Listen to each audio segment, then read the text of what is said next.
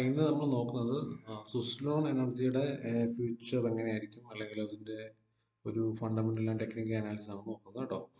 So അതിൻ്റെ fundamentally കാര്യങ്ങൾ നോക്കുകയാണെങ്കിൽ ഫണ്ടമെൻ്റലി നമുക്ക് അതിൻ്റെ സ്ക്രീനേഴ്സ് എന്ന് പറയുന്ന സൈറ്റിൽ നമുക്ക് അതിൻ്റെ ബേസിക് ആയിട്ടുള്ള കുറച്ച് ഡീറ്റെയിൽസ് കിട്ടും. ഓൾമോസ്റ്റ് എല്ലാ ഡീറ്റെയിൽസും കിട്ടും. അതിൻ്റെ മാർക്കറ്റ് ക്യാപ്പ് അത്യാവശ്യം നല്ല രീതിയിൽ മാർക്കറ്റ് ക്യാപ്പ് ഉള്ളതാണ്. 77,000 സംതിങ് CR ഉള്ളതാണ്.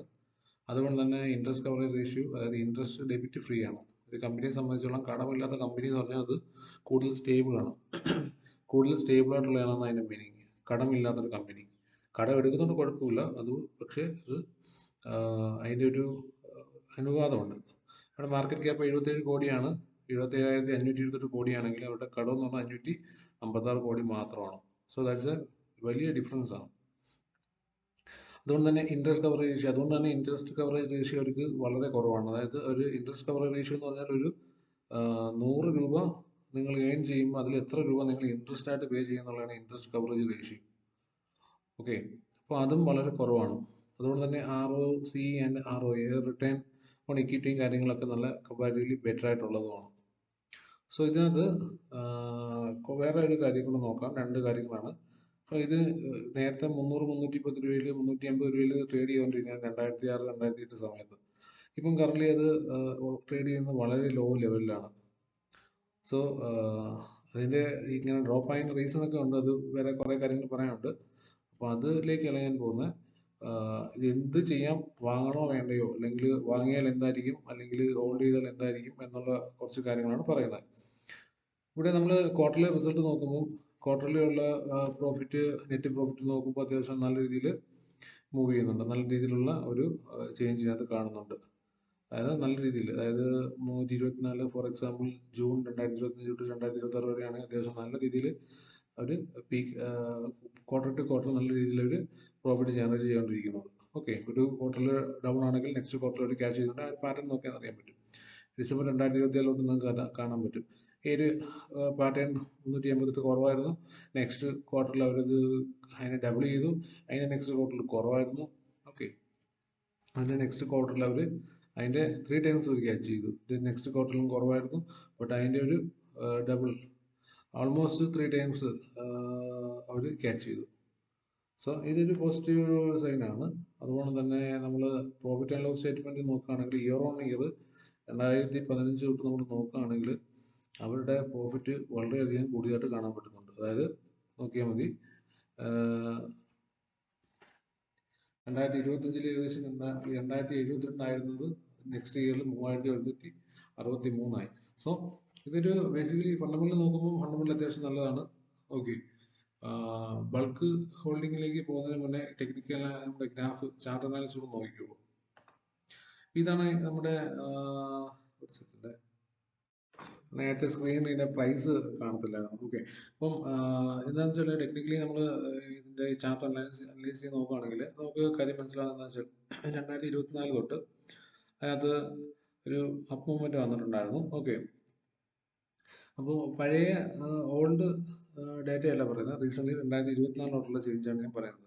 അപ്പോൾ 2024 തൊട്ട് ഏകദേശം അത് 84 രൂപ വരെ പോയിട്ടുണ്ടായിരുന്നു.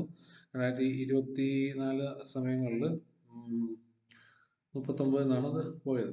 സോ നമുക്ക് ഈ ഒരു ലൈൻ, അത് ഈ ഒരു ട്രെൻഡ് ലൈൻ നോക്കി നമുക്ക് അറിയാൻ പറ്റും. ഈ ഒരു ട്രെൻഡ് ലൈനിൽ പലവട്ടം റിജക്ട് ചെയ്തായിട്ട് കാണുന്നുണ്ട്. ഓക്കെ, നല്ല ഹ്യൂജ് റിജക്ഷനാണ്. ഈ ഒരു ലൈനിൽ തട്ട് ചെയ്ത് നല്ല രീതിയിൽ ഡ്രോപ്പായിട്ട് താഴേക്ക് പോയി. ഓക്കെ, അത് ഏകദേശം 58 വരെ പോയി. 88 നേരെ 83 നേരെ 58 വരെ പോയി, 53 വരെ പോയി.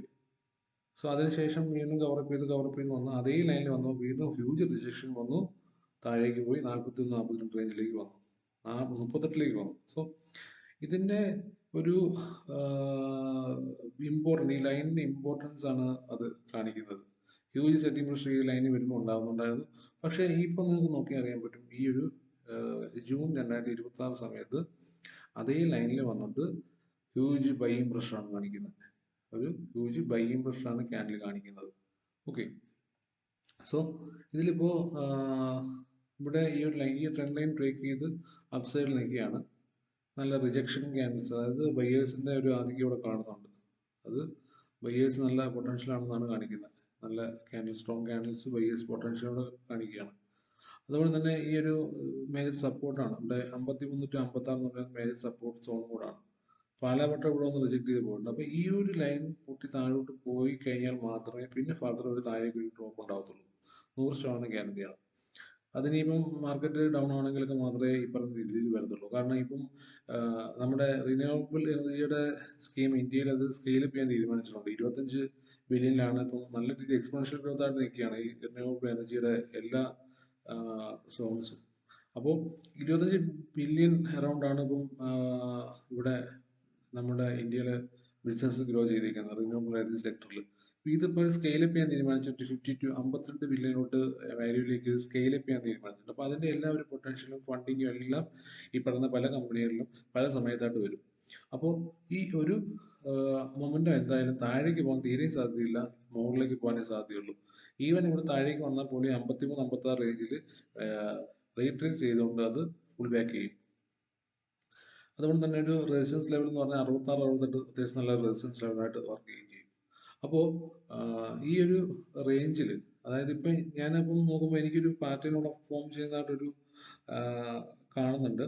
എന്താണെന്ന് വെച്ചാൽ ഒരു head and shoulder, inverted head and shoulder പാറ്റേണോടെ ഫോം ചെയ്തതായിട്ട് കാണുന്നുണ്ട്. അത് ഞാനൊന്ന് വരച്ച് കാണിക്കാം. ഓക്കെ, അപ്പോൾ ഇത്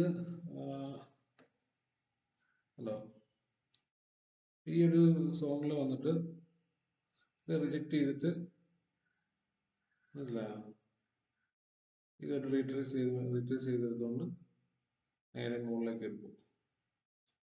ഫസ്റ്റായിട്ട് ഇത് പോകും. അതായത് ഇങ്ങനെ ഒരു പാറ്റേൺ ഞാൻ ഇവിടെ ഇങ്ങനെ കാണുന്നുണ്ട്. എനിക്ക് അത് ഞാൻ കാണുന്നതല്ല, അതൊക്കെ നിങ്ങൾക്ക് റീഡ് ചെയ്യാൻ പറ്റും. ഈ ചാർട്ട് റീഡ് ചെയ്യുന്നവർക്ക് റീഡ് ചെയ്യാൻ പറ്റും. ഈ ഒരു പാറ്റേൺ ഇങ്ങനെ ഫോം ചെയ്തിട്ട് കാണുന്നുണ്ട്. First, second, third. ഈ ഒരു വന്നില്ലേ, ഈ ഒരു റേഞ്ചിൽ വന്നിട്ട് അത് റിവേഴ്സ് ചെയ്യാൻ നോക്കുന്നുണ്ട്. മേ ബി ഇത് ഈ ഒരു റേഞ്ചിൽ വരാം, അല്ലെങ്കിൽ ഈ ഒരു റേഞ്ചിലേക്ക് വരാം. ഈ ഒരു റേഞ്ച് വരെ നമുക്ക് വരാനുള്ള പോസിബിലിറ്റി ഉണ്ട്, മനസ്സിലായോ? ഈ ഒരു റേഞ്ച് വരെ വരാനുള്ള പോസിബിലിറ്റി ഉണ്ട്.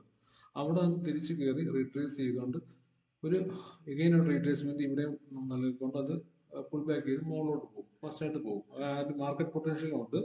ഈ പറഞ്ഞിരിക്കുന്ന എന്താണ് മാർക്കറ്റിന്റെ പൊട്ടൻഷ്യലും ഉണ്ട്. നമ്മുടെ നിഫ്റ്റി അല്ലെങ്കിൽ മൊത്തത്തിലുള്ളൊരു ഗ്ലോബൽ പൊട്ടൻഷ്യലും പോസിറ്റീവ് സൈഡിലാണ് നിൽക്കുന്നത്. പ്രത്യേകിച്ച് റിന്യൂവബിൾ എനർജിയുടെ സൈഡ് കംപ്ലീറ്റ്ലി പോസിറ്റീവായിട്ട് നിൽക്കുന്ന സമയം കൂടെ. അപ്പോൾ പൊട്ടൻഷ്യൽ തീർച്ചയായിട്ടും ബൈ ചെയ്യുന്നവർക്ക് ഗ്രാജുവലി ബൈ ചെയ്യാം. നമ്മുടെ ബൈയിങ് റെക്കമെൻഡേഷൻ ടെക്നിക്കൽ അനാലിസിസ് പറയാണ് ഓൺ റിസ്കിൽ നോക്കി വാങ്ങുക എന്നുള്ളത്. അതായത് താഴേക്ക് പോകില്ല. അതായത് സ്റ്റഡീസ് പറയുന്നതാണ് ഞാൻ പറയുന്നത്, അല്ലാതെ ഞാൻ പറയുന്നതല്ല. എന്താണോ ചാർട്ട് പറയുന്നത് അല്ലെങ്കിൽ കാൻഡിൽസ്റ്റിക്സ് എന്താണോ പറയുന്നത് അതാണ് ഞാൻ പറയുന്നത്. സോ ഈ ഒരു റേഞ്ച് 53, 56 റേഞ്ച് എന്ന് പറയുന്നത് അത്യാവശ്യം നല്ലൊരു സപ്പോർട്ട് സോണാണ്. ഈ സപ്പോർട്ട് സോൺ ബ്രേക്ക് താഴേക്ക് പോയി കഴിഞ്ഞാൽ വെയിറ്റ് ചെയ്ത് വാങ്ങുക, പ്രൈസ് ആക്ഷൻ നോക്കി വെയിറ്റ് ചെയ്ത് വാങ്ങുക. ഏത് സോണിലാണോ റിജക്ഷൻ എടുക്കുന്നത്. എൻ്റെ ഒരു കൺവിക്ഷൻ പ്രകാരം ഇതെന്തായാലും ഇവിടുന്ന് ഒരു താഴേക്ക് പോക്ക് എന്തായാലും ഉടനെ ഇല്ല. എന്തായാലും ഉടനെ നല്ല താഴേക്ക് പോക്കില്ല. താഴേക്ക് പോകണമെന്നാണ് ഈ സോണിൽ നിന്ന് താഴേക്ക് പിന്നെ പോയാൽ ഇവിടുന്നൊക്കെ നല്ല ബൈയിങ് പ്രഷർ, ഹെവി ബൈയിങ് പ്രഷറിലാണ് കയറി വന്നിരിക്കുന്നത്. 40 റേഞ്ചിൽ നിന്നൊക്കെ അതിഭയങ്കരമായ ഒരു ബൈയിങ് പ്രഷറാണ്. ആ ബൈയിങ് പ്രഷറിലാണ് ഇത് വന്നിരിക്കുന്നത്. സോ മാത്രമല്ല ഈ 53, 56 ആ റേഞ്ച് എന്ന് പറഞ്ഞാൽ പ്രോഫിറ്റ് ബുക്ക് ചെയ്യാൻ, ഐ മീൻ ഇവിടുന്ന് കയറി വന്നവരൊക്കെ പ്രോഫിറ്റ് ബുക്ക് ചെയ്തിട്ട് പോലും ഇവിടെ നല്ല ബൈയിങ് പ്രഷർ അഗെയിൻ കിട്ടുന്നുണ്ട്. ദാറ്റ് മീൻസ് ഇവിടുന്ന് നല്ല ഒരു പൊട്ടൻഷ്യൽ സാധ്യതയാണ് കാണുന്നത്. അത് ഇവിടെ റീടെസ്റ്റ് ചെയ്യാൻ സാധ്യതയുണ്ട്, മേ ബി അത് റീടെസ്റ്റ് ചെയ്യാൻ സാധ്യതയുണ്ട്. ഓക്കെ, ഇത് ഈ ക്യാൻഡിൽ കണ്ടാൽ നമുക്ക് അറിയാൻ പറ്റും. ഇവിടുത്തെ ഈ കുറെ പേര് സെല്ലിങ് ചെയ്യുന്നുണ്ട്. അതിൻ്റെ ഒരു എഫക്റ്റ് കൊണ്ട് കുറച്ച് താഴേക്ക് വരും. കുറെ ആൾക്കാർ സെല്ല് ചെയ്യുന്നുണ്ട്. അപ്പോൾ അതിൻ്റെ കുറെ ആൾക്കാർ കൂടി സെല്ല് ചെയ്ത് താഴേക്ക് കൊണ്ടുവന്ന് എഗെയിൻ ഇവിടുന്ന് എഗെയിൻ ഒരു ബൈബാക്ക് തന്നിട്ട് തിരിച്ചു പോകും. അതാണ് inverter head and shoulder pattern. നിങ്ങൾക്ക് നോക്കിയാൽ കാണാൻ പറ്റും അതെങ്ങനെയാണ് ആക്ട് ചെയ്യുന്നുള്ളത്. ഇത് ഇവിടെ ഈ ഒരു റേഞ്ച് വന്ന് ഇൻവെർട്ടർ ഹെഡ് ആൻഡ് ഷോൾഡർ ആണത്, അല്ലേ? ഇതിവിടെ വന്നു, ഈ ഒരു റേഞ്ച് വന്നു, ഇവിടെ കവർ ചെയ്ത് പോകും. രണ്ട് പോസിബിലിറ്റിയാണ്. അപ്സൈഡ് ആണ് ഈ പറയുന്ന രീതിയിൽ. എൻ്റെ കൺവിക്ഷൻ പറയുന്നത് അപ്സൈഡ് മാത്രമാണ് വരുന്നത്, അപ്സൈഡിലേക്കാണ് പോകുന്നത്. ഒരു ക്രാഷോ അങ്ങനെ എന്തെങ്കിലും സംഭവമൊന്നും ഇല്ലാതെ ഒരിക്കലും ഇനി താഴേക്ക് പോവില്ല. പക്ഷേ ഹെവി പൊട്ടൻഷ്യലിലേക്കൊന്നും കയറി പോവില്ല. ഒറ്റയടിക്ക് കയറി 100 രൂപ കിട്ടുമെന്നും അങ്ങനെയൊന്നും അല്ല. അതിൻ്റെ ഒരു റേഞ്ച് അറിയാലോ, ഏകദേശം 83, ഫസ്റ്റ് ആണ് 76. ആ റേഞ്ച് വന്നതിന് ശേഷം 83ലേക്ക് ഗ്രാജുവലി കയറും. അത് കൺസോൾട്ടേറ്റ് ചെയ്യണം. പക്ഷേ ഈ ഒരു റേഞ്ചിൽ നമ്മൾ ഈ പറഞ്ഞ ഈ ഒരു റേഞ്ച് ബ്രേക്ക്ഔട്ട് ചെയ്ത് വെളിയിൽ പോകണമെന്നുണ്ടെങ്കിൽ ഈ പറഞ്ഞ റീടെസ്റ്റ് ചെയ്ത് മുകളിലേക്ക് ഗ്രാജുവലി കയറും. സോ ലോങ് ടൈമിലേക്ക് it is fine four accumulation.